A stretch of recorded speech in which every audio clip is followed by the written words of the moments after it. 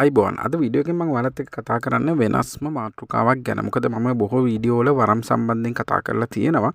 අද වීඩියෝ එකෙන් වරම් සම්බන්ධ නොවන තවත් අපි කියන්නේ සාමාන්‍යයෙන් අපි කියනවා ගොඩක් දෙනෙක් මුහුණ පාන ගැටලුවක් ගැනයි මම අද කතා කරන්නේ. අද දවසේ උදේ අපේ පරීක්ෂා කිරීම කටයුතු වලට සම්බන්ධ වුණා විදේශගත දරුවෙක්. ඉතින් මේ දරුවාගේ ප්‍රශ්නෙත් එක්කම මට හිතුණා මේක ගැන කතා කරොත් හොඳයි. මොකද ලංකාවේ බොහෝ කට්ටිය මේ ගැටලුවට මුහුණ දෙනවා. හැබැයි කවුරුත් ප්‍රශ්නේ මොකක්ද කියන එක දන්නේ නැති කමින් අපි කියනවා තමන්ගේ ජීවිතේ වැඩි කාලයක් හරි හම්බ කරාට අන්තිමට ඉතුරු කරගත්ත දෙයක් නැති වෙන තත්ත්වයට පත්වෙච්ච බොහෝ දෙනෙක් මේ ලංකාවේ ඉන්නවා. ඉතින් ලංකාවේ විතරක් නෙමෙයි විදේශගත දරුවෝත් ඉන්නවා බොහෝ ප්‍රමාණයක්. මොකද යමක් හරි හම්බ කරගන්න හරි හම්බ කරගෙන යමක් ඉතුරු කරගන්න ඉතුරු කරගත්ත දෙයින් ලංකාවේ අපි කියනවා ගෙයක් දොරක් හෝ යාන වාහනයක් හෝ අපි කියනවා මොනවා හරි දෙයක් ගොඩනගා ගන්නම් මිලදී ගන්නම් කියලා හිතාගෙන ඉන්න දරුවෝ අපි කියන්නේ විදේශගත වෙලා හරි හම්බ කරාට ලංකාවට එනකොට අන්තිමේට ලංකාවෙන් ගිය තත්ත්වයටම පත්වෙච්ච ළමයි ඉන්න ඕනම තරම්. ඉතින් මම මේ අද කතා කරන්න යන්න එයාලා ගැනයි. මොකද ඒ ගැටලුව වලට ඇති වෙන්න මොකද්ද හේතුව කියන එක. මොකද සමහර අයට අපි කියන්නේ සාත්තරයක් බැලුවත්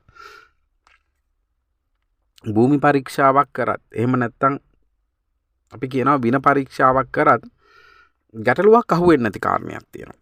හැබැයි ප්‍රශ්නේ තියෙන්නේ ගැටලුවක් අහුුනේ නැති වුණාට මොනවා හරි කියන්නේ අපි කියන්නේ කාරණාවකින් Tamanට අර මම කියලින් කිව්වා වගේ දියුණුවක් නැති කමක් සහ අපි කියන්නේ හරි හම්බ කරාර දෙයක් ඉතුරු වෙන්නේ නැති කාරණා වගේ දේවල් ඇති වෙන්න පුළුවන්. ඉතින් මම මේකට හේතුව මොකක්ද කියන එක අද පැහැදිලි කරගන්න. මම ඔබට අර කතාවක් කිව්වා අද උදේ මාත් එක්ක සම්බන්ධ වෙච්ච දරුවෙක්ගේ ගැටලුවක් නිසා මම අද මේ වීඩියෝ එක ඉදිරිපත් කරන්න කියලා. අපි කියන්නේ සරලවම කියන්න මොකක්ද ඒ දරුවාට තිබ්බ ගැටලුව කියන එක. එතකොට ඔබට මේක පැහැදිලි කරගන්න පුළුවන්. මට අද කතා කරා විදේශගත වෙලා ඉන්න දරුවෙක්. ඒ දරුවා විදේශගත වෙලා දැනට අවුරුදු 15ක් විතර වෙනවා කියලා කිව්වා. හැබැයි කාරණේ තියෙන්නේ ඒ දරුවා කොච්චර හරි හම්බ කරත් අපි කියනවා ගෙදරට කොයිතරම් මිල මුදල් ලැබුවත් ගෙදර කට්ටියට ඒකෙන් කිසි දෙයක් මේ වෙනකන් කරගන්න බැරි වෙලා කියලා කියනවා. දෙකට හේතුව ගයක් හදාගන්න වියදම් කරාලු. නමුත් අද වෙනකන් ගේ හදලා ඉවරත් නැල්ලු. අපි කියන්නේ වියදම් කරලා ඉවරකුත් නැල්ලු. ඉතින් අපි කියන්නේ නිවසට වාහනයක් ගෙනත් තිනවා. ඉතින් ගෙනාපු වාහනේ අපි කියන්නේ ගෙනාපු දවසේ ඉඳන් අපි කියන්නේ ඒක කැඩෙනවා හරි හැප්පෙනවා හරි මොනවා හරි ප්‍රශ්න ගොඩක්ලු ඒක හැදුවට ඉවරෙකුත් නැහැයි කියලා කියනවා. ඉතින් ඒ වගේම තමයි තමන් අපි කියන්නේ එවන මුදලින් දෙයක් කරගන්නත් බැරි කාරණේ සහ ඒ දරුවට ඉතුරුවක් නැහැයි කියලා කියනවා. ඉතින් මෙන්න මේ කාරණේ අපි පරීක්ෂා කරගෙන යනකොට අපි දැකපු දෙයක් තමයි මේක කිසිම අමනුෂ්‍ය දෝෂයක් නිසා වෙන කාරණයක් හෝ භූමියට කරපු විනයක් බන්ධනයක් නිසා වෙන කාරණයක් හෝ ඒ කිසිම දෙයක බලපෑමක් නිසා ඇති වෙන කාරණයක් නෙමෙයි. ඉතින් තව එක දෙයක් කියන්නම්. මේ දරුවා මේ මට සම්බන්ධ වෙනකොට අපි කියන්නේ ගිය මාසේ කියන්නේ මේ අප්‍රේල් මාසෙත් මේ භූමියේ තොইলයක් කරලා තියෙනවා. ඉතින් ඒ තොইলයක් කරනකොට භූමියට කරපු දේවල් තියෙනවා අපි කියන්නේ වින බන්ධන තියෙනවා කියලා තමයි ඒ තොইলෙත් කරලා තියෙන්නේ. හැබැයි ඒක කරත් අපි කියන්නේ මෙයාලට අපි කියන්නේ තාම අපි කියන්නේ ප්‍රතිඵලයක් නැහැ කියන තැන උඩ තමයි මාව හම්බෙන්න ආවේ. ඉතින් අපි පරීක්ෂා කරනකොට කරගෙන යනකොට දැකපු දෙයක් තමයි වින බන්ධන දෝෂ නැති වුණාට භූමියක බහිරව දෝෂ කියන කාරණේ. මේ බහිරව ගැටලු කියන කාරණා භූමිය ඇතුලේ තියෙන්න පුළුවන්. ඉතින් මෙන්න මේ බහිරව ගැටලු වලදී අපිට ප්‍රධාන වශයෙන්ම වෙන දෙයක් තමයි අපේ කියන්නේ අපිට ගේන දේ ප්‍රයෝජනයකට ගන්න බැරි වෙනවා. එකක් තමයි හම්බ කරන්න බහිරව ගැටලුවකදී කිසිම කෙනෙකුට හම්බ කරන්න බැරි නැහැ. ඒ කියන්නේ ඔය රැකියා හරියන්නේ නැති කාරණා, එහෙම නැත්නම් ව්‍යාපාර අපි කියන්නේ දියුණු වෙන්නේ නැති කාරණා එහෙම මොකුත් නැහැ. හොඳට හම්බ කරන්න පුළුවන්. ඒ කියන්නේ මිල මුදල් ඕන තරම් අත ගන්න පුළුවන්. හැබැයි කාරණේ තියෙන්නේ මේ හම්බ කරන දේ ප්‍රයෝජනයකට ගන්න බැරි කාරණයක්. ඒ කියන්නේ අපි කියන්නේ අර ගත්ත ගමන් අනිත් පැත්තට යනවා කියලා කියන්නේ නිකන් අපි කියන්නේ අර මේ අර පරණ මිනිස්සු කියන්නේ නිකන් ගඟකින් කැපුවා වගේ තමයි. කියන්නේ ප්‍රයෝජනයක් නැති වෙලා යනවා. කියන්නේ මේ හැමදේම අපි කියන්නේ gedara ගෙනාවට gedara ගේන දේෙන් අපිට ප්‍රතිඵලයක් ගන්න බැරි වෙන කාරණයක්. අපි වියදම් කරන දේ ඇතුලේ අපි බලාපොරොත්තු වෙන ප්‍රතිලාභයක් ගන්න බැරි වෙලා යනවා. ඉතින් මෙන්න මේවා මේ බහිරව ප්‍රශ්න නිසා වෙන කාරණා. ඉතින් මම අර කලින් කිව්වා වින දෝෂ කාරණා නෙමෙයි. මොකද බහිරව දෝෂ කියන්නේ වින දෝෂ කාරණා නෙමෙයි. බහිරව දෝෂයක් කියලා කියන්නේ බහිරව කියන්නේ දේවතා කොට්ටාසයක්නේ. ඉතින් මේ දේවතා කොට්ටාසයක් යම් භූමියකට අරක්ගත්ත බහිරව කොට්ටාසයක් ඉන්නවා නම් දැන් අපි කියනවා දස බහිරව ආතාල පාතාලත් එක්ක අෂ්ට බහිරව ඉන්නවා ආතාල පාතාලත් එක්ක අපි කියන්නේ දස බහිරව කොට්ටාසයකට අපි ලංකාවේ පුද පූජා පවත්වනවා. සාමාන්‍ය භූමියක බහිරව පූජා දෙනකොට සමහර තැන් ආතාල පාතාල එක් අපිට බහිරව පූජා දෙන්න වෙන තැන් තියෙනවා. සහ සමහර භූමි තියෙනවා. අපි කියනවා බහිරව පූජාව දුන්නට නාග බහිරව පැත්තට විශේෂයෙන් පූජා දෙන්න ඕන තැන් තියෙනවා. ඉතින් ඒ වගේ යම් බහිරව කොට්ටාසයක වැඩිපුර බලපෑමක් තියෙන භූමියක අපි ජීවත් වෙනකොට මේක කිසිම වෙලාවක අපිට වින දෝෂයක් විදිහට අහු වෙන්නේ නැහැ. දේවාල වලින් කොච්චර බැලුවත් වින දෝෂයක් විදිහට අහු වෙන්නේ නැහැ. හැබැයි කාරණේ තියෙන්නේ බහිරව දෝෂ භූමිය ඇතුලේ තියෙනවා. ඉතින් මේ බහිරව දෝෂෙත් එක්ක වෙන කාරණයක් තමයි මම අර මුලින් කිව්වා වගේ අපිට කිසි දෙයක් එකතු කරගන්න බෑ, රැස් කරගන්න බැරි වෙන කාරණයක්. දැන් ඔබ දන්නවා ඇති මේ දේවතා කොට්ටාස අතරින් අපි කියන්නේ ධනස්කන්ධයේ වැඩිම දේවතා කොට්ටාස වෙන්නේ බහිරව දේවතා කොට්ටාස වලට. මොකද එයාලා හැම වෙලෙම වස්තුව තමයි රැස් කරගෙන ඉන්නේ. කියන්නේ එයාලා කොයි වෙලෙත් බලන වස්තුව රැස් කරගන්න. එයාලට ධනය වැඩි අනිත් දෙවිවරුන්ට සාපේක්ෂව. ඉතින් කාරණයක් තියෙන්නේ බහිරව දෝෂයක් වගේ තියෙන තැනකදී භූමිය ඇතුලේ තියෙන දේ එළියට විසික් කරනවා. ඒ කියන්නේ එකතු කර ගැනීමක් වෙන්නේ නැහැ. හැබැයි බහිරව ආකර්ෂණයකදී කොයි වෙලෙත් රැස් කර ගැනීමක්, ධනය කියන දේ එකතු කර ගැනීමක් වෙනවා. ඒ කියන්නේ එකතු කරගන්නේ තමන්ගේ ගෘහය තුලට. තමන් ජීවත් වෙන තැන, ජීවත් වෙන භූමියට ධනය එකතු කර ගැනීමක් වෙනවා. ඉතින් මේ බහිරව දෝෂයක් කාරණේකදී අපිට හොඳින්ම කාරණයක් තියෙන කොච්චර අපි ගෙනාවත් මේක එකතු වීමක් වෙන්නේ නැහැ. හැමදේම එළියට විසික් කරන කාරණයක් වෙනවා. අර අපි කියන්නේ සල්ලි ටික අරන් එනකොට වියදම් ටික මෙහෙන් අපිට ලෑස්ති වෙලා කියලා. අඩුම තරමේ මාසෙට අපි කියන්නේ පවුලේ මගුල් 3-4ක් හරි ගෙදෙට්ට ඇවිල්ලා කියලා ගිහිල්ලා පඩිය අරන් ගෙදෙට්ට එනකොට. ඉතින් අපි කියන්නේ කිසි දෙයක් කරගන්න වෙන්නේ නැහැ. ඉතින් ඔය වගේ කාරණා තියෙනවා. ඉතින් ඒක නිසා ඔබ විශේෂයෙන්ම සැලකිලිමත් වෙන්න මේ විදේශගත වෙලා ඉන්න දරුවන්ටයි මම කියන්නේ. මොකද එයාලා ලංකාවෙන් පිට ගිහිල්ලා ලංකාවේ ඉන්න මිනිස්සු හිතාගෙන ඉන්නවා මෙයාලා අපි කියන්නේ බොහොම සතුටින් අපි කියන්නේ කිසි දුකක් කරදරයක් නැතුව අපි කියන්නේ සැප විඳලා සල්ලි හොයනම ඇති කියලා. හැබැයි කාරණේ තියෙන්නේ විදේශගත වෙලා ඉන්න දරුවෝ බොහොම දෙනෙක් ලංකාවේ ඉන්න අයට නොකීවාට තමන්ගේ දෙමාපියෝ ඥාති අපි කියන්නේ පවුලේ දරුවන් නොකීවාට එයාලා බොහෝ දුක් විඳිනවා. ඒ දුක් විඳලා හරි හම්බ කරගන්න මුදලින් මෙහෙ දෙයක් කරගන්න බැරි වුණොත් එහෙම අපි කියන්නේ තමන්ගේ ජීවිත කාලෙම ඉවරයි. මොකද අපි කියන්නේ දවසින් දවස තමන් වයසට යනවා. ඊට පස්සේ තමන් අපි කියන්නේ ශරීරයෙන් වයසින් අපි කියන්නේ මුහුකුරා ගියාට පස්සේ ලෙඩාසනීප ඔය සීළු ප්‍රශ්නත් එක්ක ආයෙ හරි හම්බ කරගන්න කාලයක් නෑ. ඉතින් සමහර අය ලංකාවට එනකොට මෙහි කරපු ඇති කිසිම දෙයක් නෑ. හැමදේම නැති වෙලා ගිහිල්ලා. ඉතින් ඒක නිසා ඔබ අනිවාර්යෙන් අවධානය යොමු කරගන්න. ඔබ හරි හම්බ කරන දේ ඔබට ප්‍රයෝජනයක් ගන්න බැරි වෙනවා නම් ඒව අපි කියන්නේ නිකන් විනාශ වෙලා යනවා නම් ඒ වගේම ප්‍රයෝජනයක් ගන්න බැයි නම් ඔබ කොච්චර තොইল නැටුවත් ඔබට අපි කියන්නේ ප්‍රතිඵලයකුත් ලැබිලා නැත්නම් ඔබ විශේෂයෙන් අවධානය යොමු කරගන්න මේ බහිරව ගැටලු බහිරව දෝෂ කියන ඒවා භූමිය වල තියෙන්න පුළුවන්. මේවා අපි කියනවා මේ බහිරව දෝෂ බහිරව ගැටලු කියන ඒවා මේවා මේ කවුරුත් ඇති කරන කාරණාම වෙන්න අවශ්‍ය නැහැ. අපි කියනවා මේ භූමියට අරක්ගත්ත භූමි සීමාවන් වලට අරක්ගත්ත ප්‍රදේශයට අරක්ගත්ත යම් යම් බහිරව කොට්ටාස ඉන්නවා. මොකද බහිරව කොට්ටාස හැම වෙලෙම භූමිය කියන්නේ අපි කියන්නේ මේ පොළවෙන් යට අරක් ගන්න කට්ටියනේ. පොළොව උඩ අපි කියන්නේ පොළොව මතු පිට ප්‍රමාණය සහ භූමිය අරක් ගන්න කට්ටිය. අනිත් දෙවිවරු අපි දන්නවා භූමියෙන් අපි කියන්නේ පොළවෙන් ඉහළ මට්ටම් වල ඉන්න කට්ටිය.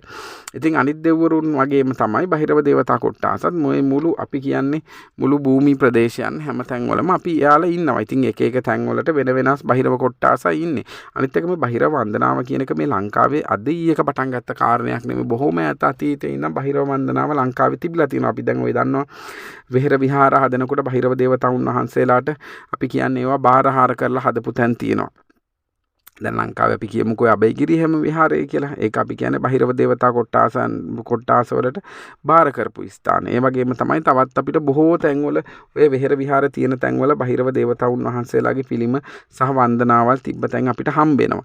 ඉතින් ඊට අමතරව අපි කියන ඔය පොළොව යට දේවල් හංගනකොට අපි කියනවා මුතුමැණික් ඔය නිදන් වසු නිදන් කරනකොට බහිරව දේවතාවුන් වහන්සේලාට ඒ වගේ ආරක්ෂාවට ස්ථාන භූමි සීමාවල් ප්‍රදේශ බාර කරලා දීලා තියෙනවා. ඉතින් ඔවුන්ගේ බල සීමාවල් අන්නේ ප්‍රදේශවල අපි කියන්නේ බොහෝ අපි කියන්නේ අර වැඩි බලයක් ඇතුව පැතිරෙනවා. ඉතින් ඒ වගේ භූමි වල තැන්වල සමහර විට අපි ගයක් හදාන ඉන්නවා අපි දන්නේ නැහැ. හැබැයි ඒ භූමියට ප්‍රදේශයට අධිපතිව ඉන්නවා බහිරව දේවතා කොට්ටාස. ඉතින් අපි ඔවුන්ට බහිරව පූජාවක් දීලා ප්‍රදේශ භූමිය අවසරයක් නැතුව අපි ඉන්නවා නම් මොකද ඔය සමහර ලංකාවේ ඉන්නවානේ ගයක් හදනකොට බහිරව පූජාවක් දෙන්න කිව්වට අහන්නෙම නැහැ. අපි කියන්නේ නෑ ඔවා බොරු දේවල් බොරු මනස්ගත කියලා වැඩ ටික පටන් ගන්නවා. අන්තිමට පටන් ගත්ත විතරයි සමහර අයගේ අත්තිවාරම දාලා තියෙනවා අවුරුදු ගාණක් අදවත් අල්ලන්නේ නැති කාරණා.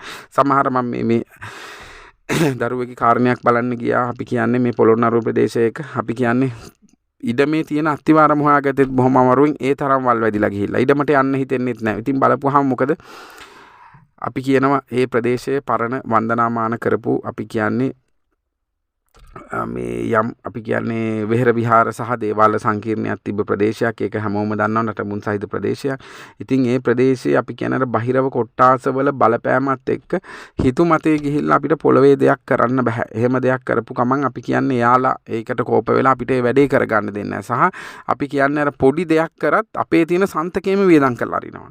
ඒ කියන්නේ හිතන්නකො මේ බාස් කෙනෙක් ආවත් ඌ සමහර විට අපි කියන්නේ වැඩ කරන්නේ හැබැයි පඩි අරන් ගිහිලා දවසම. සමහර විට ගෙනත් දාන බඩු ටික මොකා හරි එකේ කොරෙන් අරන් ගිහලා. ඉතින් ඔන්න ඔය වගේ ප්‍රශ්න ගැටලු වෙන්න පුළුවන්. ඉතින් ඒක නිසා අවධානය යොමු කරගන්න මොකද්ද මේ බහිරව ගැටලුව කියන එක, ඇයි මේක මෙහෙම වෙන්නේ කියන එක. ඔබලත් ප්‍රශ්නයක් ගැටලුවක් තියෙනවා නම් පිළියම් කරාට හරි ගිහිල්ලත් නැත්තම් ඉතින් බලන්න මේ බහිරව දෝෂ කියන කාරණා බොහෝ මිනිස්සුන්ට බලපාන්න පුළුවන්. ඉතින් ඕකයි තියෙන කාරණේ. සහ අනිත් කාරණා තමයි අපි කියන්නේ ඔය ව්‍යාපාර ස්ථාන කරන බොහෝ අය මේ ලංකාවේ බොහෝ පිරිස් හැබැයි අපි දන්නවා මොකද අපිත් වැඩ කටයුතු කරන නිසා සාමාන්‍යයෙන් ඔය මේ ලංකාවේ ඉන්න අපි කියන්නේ මධ්‍යම ප්‍රාන්තික කට්ටිය නෙමේ. අපි කියන්නේ ඔය සාමාන්‍යයෙන් ධනවත් පුද්ගලයන් තමන්ගේ ව්‍යාපාර ආශ්‍රිතව අනිවාර්යෙන් එයාලා බහිරව පූජා තියෙනවා. ඒක අපි දන්න කාරණයක්. සහ අපි පූජා තියලා තියෙනවා. හැබැයි ලංකාවේ මේ තුන්වෙනි ප්‍රාන්තික ව්‍යාපාර කරන අය මේ දේවල් විශ්වාස කරන්නේ නැහැ. ඉතින් එයාලා නෑ ඌව බොරු වැඩ කියලා අපිට ඕවා කරගන්න පුළුවන්. අපි උත්සාහ වුණොත් දිනු වෙනවා කියලා එයාලා වැඩ කටයුතු ටික එයාලා ව්‍යාපාර කරගෙන යනවා. හැබැයි කාරණේ තියෙන්නේ දීර්ඝ කාලීනව මේක යනකොට සමහර විට ව්‍යාපාරයේ තිබ්බ තැනමයි. එහෙම නැත්තම් කවදාවත් දිනුවක් නැති කාරණයක් වෙනවා.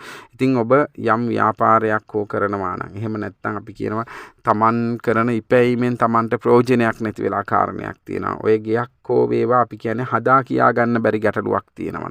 සහ සමහර එක තැනක් තියෙනවා අපි කියන්නේ දීපල ඉඩකඩම් වාහන වගේ දේවල් විකුණා ගන්න බැරි වෙන ප්‍රශ්නත් ඇති වෙන්න පුළුවන්. මේ වටත් අපි කියන්නේ බහිරව දෝෂ බලපාන අවස්ථාවල් තියෙන්න පුළුවන්. ඉතින් ඒ නිසා මේ බහිරව ගැටලුව ගැන මම අද කතා කරේ. බොහෝ දෙනෙක් මේකට මූණ දෙනවා. හැබැයි එයාලම දන්නේ නැහැ මොකක්ද එයාලයි ගැටලුව කියන එක. ඉතින් ඔබ බහිරව පූජාවක් ඔබට ගැටලුවක් තියෙනවා නම් ඒ මම ඔය කියපු කාරණා සම්බන්ධයෙන් ලැබීම් පැත්තෙන් ඉපැයීම් පැත්තෙන් දිනුව පැත්තෙන් ගැටලුවක් තියෙනවා නම් බහිරව දේවතාවුන් වහන්සේලා පහදලා එයාලට හරියට පූජාවක් දීලා හරිවත් පිළිවෙත් ටික කරගෙන අන්න ඒ බහිරව දේවතාවුන් වහන්සේලාගේ ආශිර්වාදය ගන්න පුළුවන් නම් ඔයාලට අපි කියන්නේ ජීවිතේ බොහෝ දියුණුවක් සලසා ගන්න පුළුවන් හැකියාවක් තියෙනවා. මම මේ දේ කිව්වේ මොකද අපි මේවා දැකලා තියෙනවා. අපි මේවට පිළියම් කරලා තියෙනවා. කරගත්ත කට්ටිය දියුණු වෙලා තියෙනවා. දැන් මම තව එක කාරණයක් කියන්න. සමහර විට මගේ මේ වීඩියෝ එකේ දරුවා අහයි. දරුවා ඇහුවොත් එයාට මතක් වෙයි අපි මේ ගාල්ලේ මම හිතන්නේ මේ බද්දේගම සහ හික්කඩුව අතර අපි තැනක දරුවෙක්ගේ ගෙදරක බහිරව පූජාවක් දීලා ආවා.